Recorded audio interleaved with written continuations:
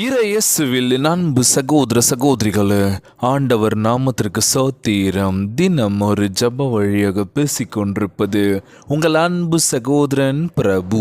எப்படிங்க இருக்கீங்க? இன்றைய நாள் எப்படிங்க போச்சு? உங்களுக்கு மகிழ்ச்சியாக இருந்தீங்களோ? எப்பவுமே சந்தோஷமா இருங்க. நம் ஆண்டவராகிய இயேசு கிறிஸ்து நம் ஜெபங்களை எல்லாம் கேட்டு நம் அனைவரையும் ஆசீர்வதிக்க போறாரு. நம் இல்லங்களுக்கு வர போறாரு.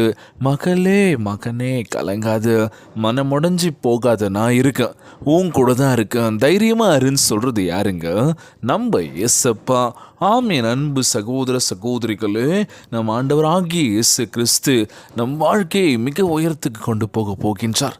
மகளே மகனே வருத்தப்படாத, நீ எப்பவுமே உற்சாகமாக இருக்கணும் அப்படின்னு சொல்கிறது யார்? நம்ம இயேசப்பா.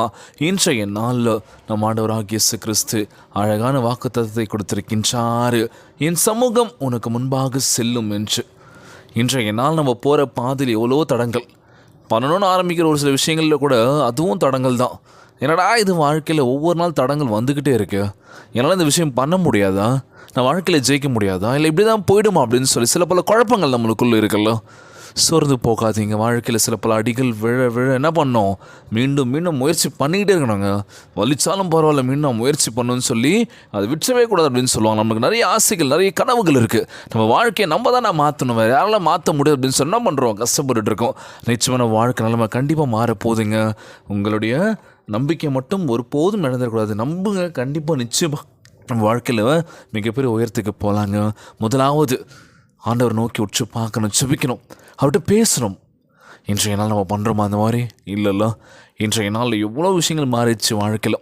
அப்போல்லாம் எப்படி இருந்தது, ஆனால் இப்போது ஒவ்வொரு நாளும் ஒவ்வொரு விஷயங்கள் அப்டேட் ஆகிட்டே இருக்குது. ஆனால் நம்மளுடைய வாழ்க்கை இன்னும் அப்டேட்டே ஆகலைல்ல. எப்போ மாறும் அப்படின்னு சொல்லி இப்படியே யோசிச்சுட்டு இருந்தால் மாறுமா?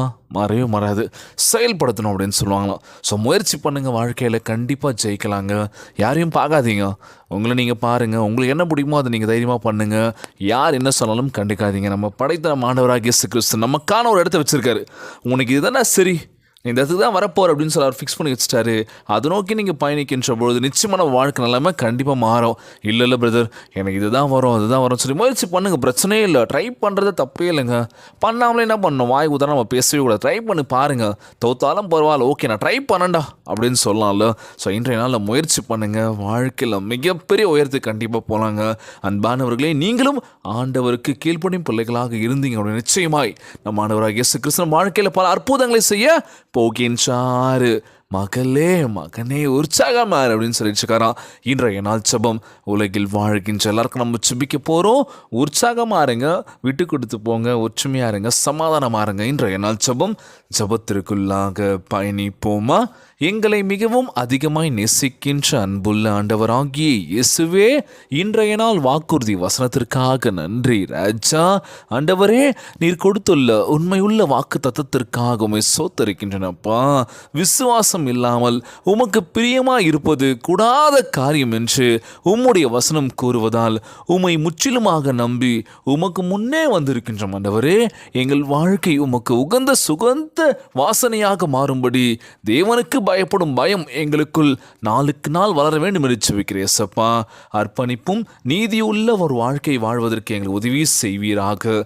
எப்பொழுதும் ஜபத்திற்கான ஒரு முக்கியத்துவத்தை கொடுத்து ஜபிக்கின்ற வல்லமை கொடுக்க வேண்டும் என்று கேட்கிறேன் சப்பா.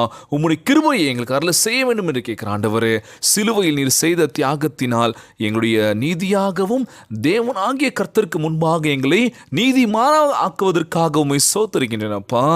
எங்கள் விசுவாசத்தை, சமாதானத்தை, சந்தோஷத்தை திரும்பவும் எங்களுக்கு தந்து எங்கள் வாழ்வில் அற்புதங்களை செய்து நாங்கள் செல்லும் இடமெல்லாம் உம்முடைய அருளை பெற்று செல்ல வேண்டும் என்று கேட்கிறேன் சப்பா. உம்முடைய ஆசீர்வாதம் எங்களை தைரியப்படுத்திட்டோம் ஆண்டவரே, எங்களை பலப்படுத்திட்டோம்மா சொல்லி கேட்குறேன் ஏசப்பா. எங்களை ஒருபோதும் கைவிடாதீங்கப்பா. சோர்ந்து போகும் வேலையில் கூட நீங்கள் தான் எங்களுக்கு ஆறுதலாக இருந்து உன்னால் முடியும் என்று எங்களுக்கு கூட இருந்து தைரியத்தை கொடுங்க ஏசப்பா. நாங்கள் யாரையும் நம்பி இல்லை, உங்களை மட்டுமே நாங்கள் நம்பியிருக்கோம் ஆண்டவரே. எங்களை நீங்கள் நிச்சயமாக கைவிட மாட்டீங்க என்று தெரியும் ஏசப்பா. நான் உன்னை விட்டு விலகுவதும் இல்லை, உன்னை கைவிடுவதும் இல்லை என்று சொல்லியிருக்கீங்க ஆண்டவரே. எங்கள் வாழ்க்கை நிலைமை மாற்றுங்க வேண்டும் என்று ஜெபிக்கிறேன் ஏசப்பா. இந்த ஜெபத்தை கேட்டுக்கொண்டிருக்கின்ற அன்பான உறவுகள், அன்பு சகோதர சகோதரிகள் எல்லோரையும் பார்த்துக்கோங்கப்பா. ஒவ்வொரு குழந்தை செல்வங்களை ஆசிர்வதிங்க. கணவன் மனைவிக்குள்ள ஒற்றுமையை கொடுங்க, சமாதானத்தை கொடுக்க வேண்டும் என்று கேட்குறேன் ஏசப்பா. எல்லோரையும் பார்த்துக்கோங்கப்பா. இன்றைய நாள் ஜெபம் இயேசுவின் விலையேற பெற்ற நாமத்தினாலே ஜெபிக்கின்றேன் நல்ல பிதாவே, ஆமேன் ஆமேன். மரியே வாழ்க.